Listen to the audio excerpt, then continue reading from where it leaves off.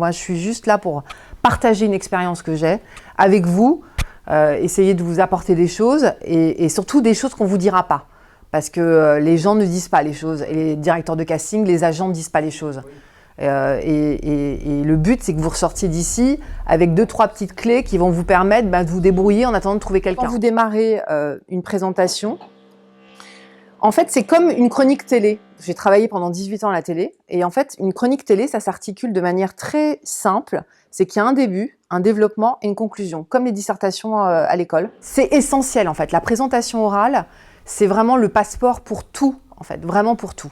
Si vous le maîtrisez et qu'ensuite, une fois que vous le maîtrisez, vous arrivez à l'adapter à l'interlocuteur en face que vous avez gagné. Vous avez gagné 50% du sujet, surtout quand vous n'avez pas d'agent. C'est la guerre aujourd'hui, c'est la guerre parce que le cinéma va très très très mal, où il y a une concurrence mais inimaginable, et que vous soyez au top niveau, et que vous soyez des vrais professionnels, voilà, et que vous ayez conscience de ce qui se passe réellement. Savoir qu'un film est en écriture, clac, vous savez qui est le réal, contactez-le sur Instagram, j'en sais rien, moi faites un truc. Vous voyez, vous n'avez pas d'agent, donc soyez proactif et créatif dans votre façon de réfléchir.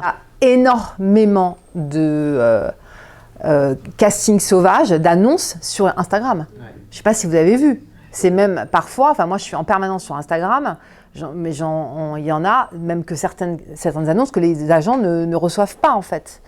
Donc déjà, vous avez accès à un potentiel de casting qui est phénoménal, qu'il n'y avait pas auparavant. C'est pas catastrophique au jour d'aujourd'hui avec les outils qu'il y a à disposition de ne pas avoir d'agent. Parce que vu ce qui se passe et vu moi la perception que j'en ai, alors bien sûr qu'il faut un agent à un moment donné parce que c'est indéniable, c'est un accélérateur de particules, mais après c'est pas mort d'homme là. Aujourd'hui, franchement, vous pouvez passer des castings, vous pouvez faire plein de trucs. Vous êtes en bonne posture puisqu'ils cherchent des gens pas connus ou qui n'ont pas forcément d'expérience et ils le mettent.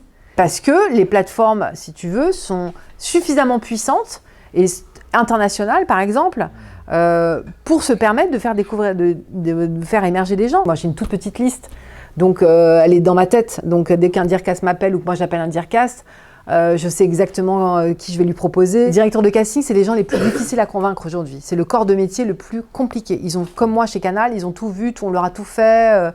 Ils sont séduits en permanence par les comédiens, donc ils ont besoin d'être surpris, ils ont besoin d'être touchés. Touchés par quoi? Par l'authenticité.